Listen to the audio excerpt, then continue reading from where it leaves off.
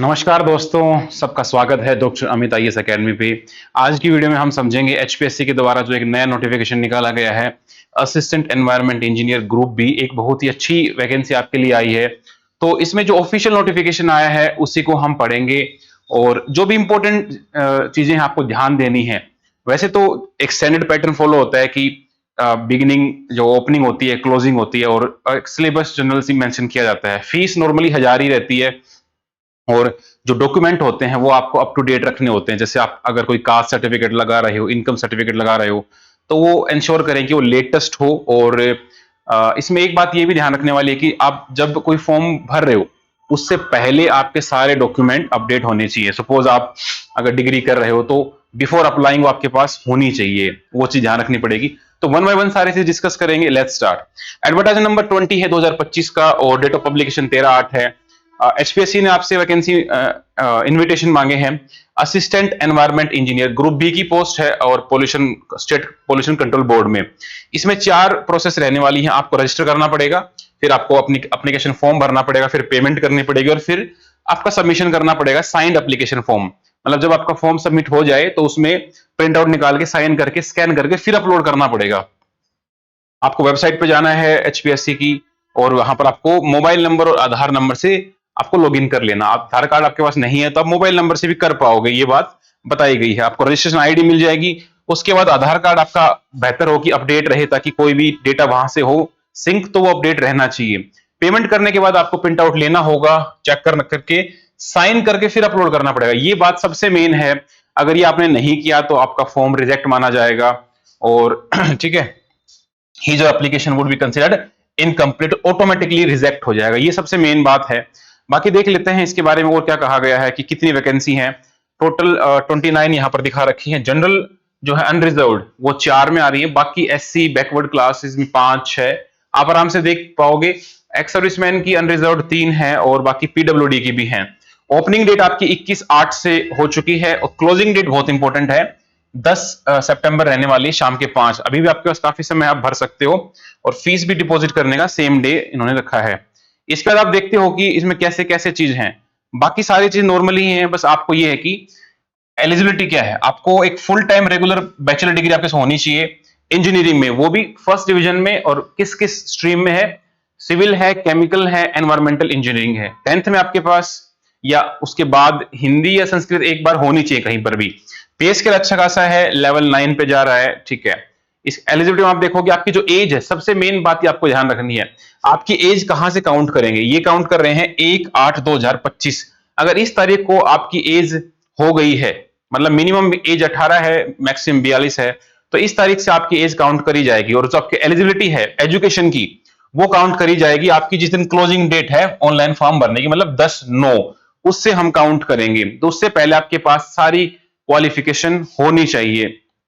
कोई भी certificate document आपने बाद में इशू करवाया है क्लोजिंग डेट के बाद, वो किसी भी टाइम पर आपका एक्सेप्टेबल नहीं रहेगा। तो ये आपको सबसे मेन ध्यान रखनी है। एप्लीकेशन फी आप देखोगे तो एचपीएससी 1000 रुपए हमेशा से रखता आया है। और इसके बाद जैसे आप देखोगे कुछ कुछ जगह पर आपको छूट दी गई है। जैसे मान लो पीडब्ल्यूडी है, नील है, क्रीमी लेयर में 250 है।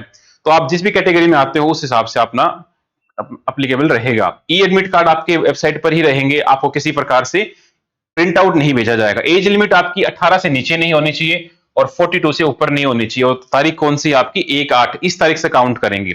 कुछ रिलैक्सेशन दिए गए हैं, एससी को 5 साल, बैकवर्ड क्लासेस को 5 साल, डिसेबल्ड को 5 साल, तो ये सारे रिलैक्सेशन दिए गए हैं। विडो या लीगली डाइवोर्स को 5 साल है। अनमैरिड वुमेन को भी 5 साल का रिलैक्सेशन यहां पर दिया गया है। इसमें आप देखोगे कि आप अगर पहले से किसी डिपार्टमेंट में काम कर रहे हो हरियाणा गवर्नमेंट के, तो वहां पर भी आपको रिलैक्सेशन दिया जाएगा जितने साल आप काम कर चुके हो। ये भी इंपॉर्टेंट बात आपके लिए। एविडेंस, अगर आपकी जो एज है उसका एविडेंस क्या माना जाएगा? कोई मैट्रिकुलेशन या उसका इक्विवेलेंट सर्टिफिकेट है, ओनली एंड ओनली वो आपका एक्सेप्टेबल रहेगा। तो मतलब 10th की मार्कशीट आप लगाओ तो बढ़िया रहेगी। कोई भी दिक्कत आती है तो हेल्पलाइन नंबर दिया गया है कमीशन की तरफ से, 1800 ये ईमेल आईडी है। और आप 10 से लेके शाम के 4 बजे तक आप कांटेक्ट कर सकते हो। वर्किंग डे में आपका रेस्पॉन्स भी दिया जाएगा। इसके बाद आपको बताया एग्जाम किस प्रकार से होगा। अभी तक तो कमीशन यही लिख रहा है कि इन नीचे के मेथड में से कोई भी एक हम लेने वाले हैं। आपसे नॉर्मली प्रोसेस बताया गया है, एक स्क्रीनिंग टेस्ट होगा, फिर सब्जेक्ट नॉलेज टेस्ट होगा और फिर आपका इंटरव्यू होगा। बट कमिश्नर चाहे तो इनमें से कोई भी अडॉप्ट कर सकता है। हो सकता है वो आपके ग्रेजुएशन के मार्क्स उठा ले, आपके हायर एजुकेशन के मार्क्स ही उठा ले, आपकी डिजायरेबल क्वालिफिकेशन ले ले, या हो सकता है कि आपको एक्सपीरियंस के आधार पर आपको प्रायोरिटी दे दे। बट अभी तक तो यही है कि एक स्क्रीनिंग टेस्ट होगा और एक आपका सब्जेक्टिव टेस्ट होगा। और इसमें आपको ये लिखा गया है कि the candidate should therefore mention all his qualification, मतलब हायर आपके पास जो भी हाईएस्ट क्वालिफिकेशन है वो आपको लिखना चाहिए, बिकॉज हो सकता है बाद में वो काम आए। ये कमीशन जारी कर सकता है, he has the right, but normally commission ऐसा करता नहीं है। आपका एक स्क्रीनिंग टेस्ट होगा और उसमें ओएमआर सीट होगी, आपको रोल नंबर वगैरह भरना होगा, वहां से आप कर पाओगे। कोई किसी प्रकार की रीचेकिंग कमीशन आपको नहीं अलाउ करता है। और may directly hold a subjective test also, ये भी हो सकता है कि आपको स्क्रीनिंग टेस्ट अगर करता है तो डायरेक्टली इंटरव्यू ले ले या डायरेक्टली सब्जेक्ट नॉलेज भी ले सकता है। तो हर तरह से आपको तैयार रहना है कि कमीशन, ये बात लिखने की होती है, बट कमीशन नॉर्मल सर्कमस्टांसेस में चेंज नहीं करता है। तो आप अपनी सारी क्वालिफिकेशन, एक्सपीरियंस आप सारे पहले से ही ऐड करके रखो ताकि आपको बाद में दिक्कत ना आए। तो ये सारी इंफॉर्मेशन है इसमें। और लास्ट में आप देखोगे कि आपके जो क्वालिफिकेशंस हैं, डॉक्यूमेंट सबमिट करना है, तो वो जब आप क्वालिफाई कर जाते हो इंटरव्यू के लिए तब आपके डॉक्यूमेंट टेस्ट होंगे। Only after the candidate has qualified for the interview, तब आपको डॉक्यूमेंट चेक कराने होंगे। और सक्सेसफुल होने के बाद आपको सारी चीज, डॉक्यूमेंट वगैरह आपको लाने होंगे वहां पर जब आप बुलाया जाएगा। अगर आपने फॉर्म गलत भर दिया है बाई चांस, तो आप उसमें करेक्शन नहीं कर पा रहे हैं, तो आप नया भी भर सकते हो, और जो आपका लेटेस्ट भरा जाएगा आप कमीशन उसको मान्य कर लेगा। डॉक्यूमेंट सारे दे रखे हैं, नॉर्मली अपनी फोटो, सिग्नेचर, स्कैन्ड कॉपी आप लगा दो और वो वैलिड रहेंगे। आप अगर कोई बेनिफिट ले रहे हो एक्स सर्विसमैन का, ईडब्ल्यूएस का या पीडब्ल्यूडी का, तो उनके भी स्कैन्ड कॉपी लगाओ, अपने आधार कार्ड की लगा दो, प्लस आपके डोमिसाइल की भी लगा सकते हो। तो ये सारी चीज कमीशन ने 11 चीज दे रखी हैं, आप आराम से इसको अपने हिसाब से ऐड कर सकते हो। 15 है टोटल। नेशनलिटी आपको सिटीजन ऑफ इंडिया सिंपल चलेगा, बाकी और भी आती हैं अगर नेपाल, भूटान से हैं, but these are the other things. Reservation के मामले में अगर आप क्रीमी लेयर में आते हो तो आपको फायदा नहीं मिलेगा, साफ साफ कमीशन ने बता दिया है। और अगर आप वुमेन हैं और आप क्रीमी लेयर का बेनिफिट लेना चाहते हैं, आप नॉन क्रीमी लेयर में आते हैं, तो आपको अपने फादर की साइड का डॉक्यूमेंट लगाना पड़ेगा इनकम का, ना कि आपकी हस्बैंड की साइड का। ये बात भी बहुत विशेष आपको ध्यान रखनी है। और कास्ट सर्टिफिकेट का जो आप सर्टिफिकेट लगा रहे हो ना, वो आपका क्लोजिंग डेट से पहले का होना चाहिए, और वो इस डेट से पहले पहले आना चाहिए, मतलब इस 2025 वाला फाइनेंशियल चाहिए हमको, पुराना नहीं चलेगा। और अगर आप किसी रिजर्व कैटेगरी से बिलोंग करते हो लेकिन आपकी कैटेगरी में कोई पोस्ट नहीं है, तो आप क्या कर सकते हो कि दूसरी कैटेगरी से भर दो, अनरिजर्व से, जनरल से, लेकिन आपको कंसेशन मिल जाएगा जो फी का है, बट आपको अपना सर्टिफिकेट वो लगाना जरूर पड़ेगा। तो आपको 1000 की जगह आपकी फीस कम हो जाएगी जिस भी कैटेगरी से आप बिलोंग करते हो। इस पे कमीशन आपको बेनिफिट देता है। ईडब्ल्यू सर्टिफिकेट आपका वैलिड होगा 2025-26 वाला ही, मतलब अप्रैल 25 से लेके मार्च 26 तक का वैलिड होना चाहिए। और बीसीए, बीसीबी में अगर आप क्रीमी लेयर में आते हो तो भाई 2024-25 वाले वैलिड नहीं रहेंगे, ये आपको ध्यान रखना पड़ेगा। तो ये तो हर बार का ही मतलब रूल है, तो आप अच्छे से पढ़ लाएं, लेटेस्ट होना चाहिए, कहने का मतलब ये है। और इसके बाद हम देखते हैं डेफिनेशंस दे रखी हैं कि एक्स सर्विसमैन की डेफिनेशन क्या है। बस आपको ये बता रखा है कि अगर आप गवर्नमेंट ऑफ हरियाणा के एम्प्लॉय हो, तो आपने अगर कोई बॉन्ड नहीं भर रखा है सरकार के साथ, तो आप सेल्फ डिक्लेरेशन दे दो। अगर आपने कोई बॉन्ड भर रखा है किसी प्रकार का, तो आप अपने एचओडी से एनओसी ले आओ। सिंपल सी बात है ये, ठीक है।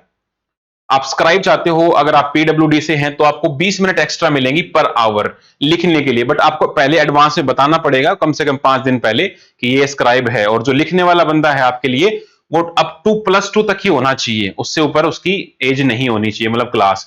और उसका जो प्रिंसिपल है उस इंस्टीट्यूशन का, वो भी लिख के देगा कि भाई ये हमारी तरफ से ये बच्चा हमारे यहाँ पढ़ता है, और that will be the simple. अब देख लेते हैं कि कमीशन ने दे दिया, बट सिलेबस यहाँ पर कमीशन की तरफ से नहीं जारी किया गया अभी तक तो। लेकिन जितने भी एग्जाम हो रहे हैं कमीशन की तरफ से एक सिंपल सा सिलेबस जारी किया गया है, उसको हम रेफरेंस पॉइंट मान सकते हैं सारे एग्जाम के लिए, कि general science, current affair, national international के, history of Haryana India, Indian and world geography, Indian culture, Indian polity, Indian economy, general mental ability, reasoning and analytical abilities, basic numeracy, number and their relation, order and magnitude class 10 तक, data interpretations, Haryana जी के history, geography, polity, economy, मतलब हरियाणा की सारी चीज। तो अभी तक तो स्क्रीनिंग टेस्ट ये माना जा रहा है। अगर कमीशन की तरफ से कोई और नोटिफिकेशन आता है सिलेबस को, तो हम आपको अपडेट कर देंगे, तभी तक इसी हिसाब से आप तैयारी कर सकते हैं। तो this was all for today. अगर आपको कोई डाउट है इसके रिगार्डिंग, तो do let us know, we will reply each and every comment. Thank you.